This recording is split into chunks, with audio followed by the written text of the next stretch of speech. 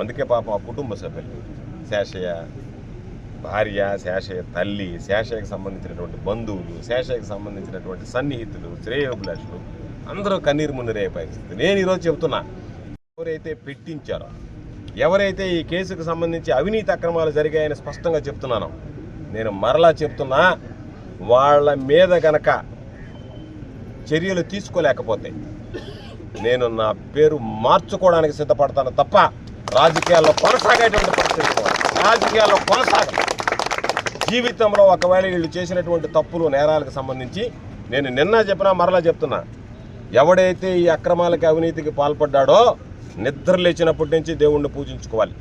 YSR Congress party ప్రభుత్వం రాకూడదు, జగన్మోహన్ రెడ్డి గారు ముఖ్యమంత్రి కాకూడదు, గోవర్ధన్ రెడ్డి గెలవకూడదు అని చెప్పారు.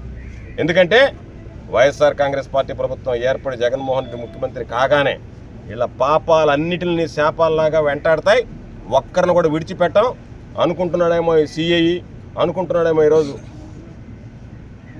ఏంటే ఆయన పెద్ద అనుకోవచ్చు, ఏదైనా కేసులు మాపచ్చు. అసలు పోలీసు వ్యవస్థ అనేది జిల్లాలో పనిచేయటం లేదు.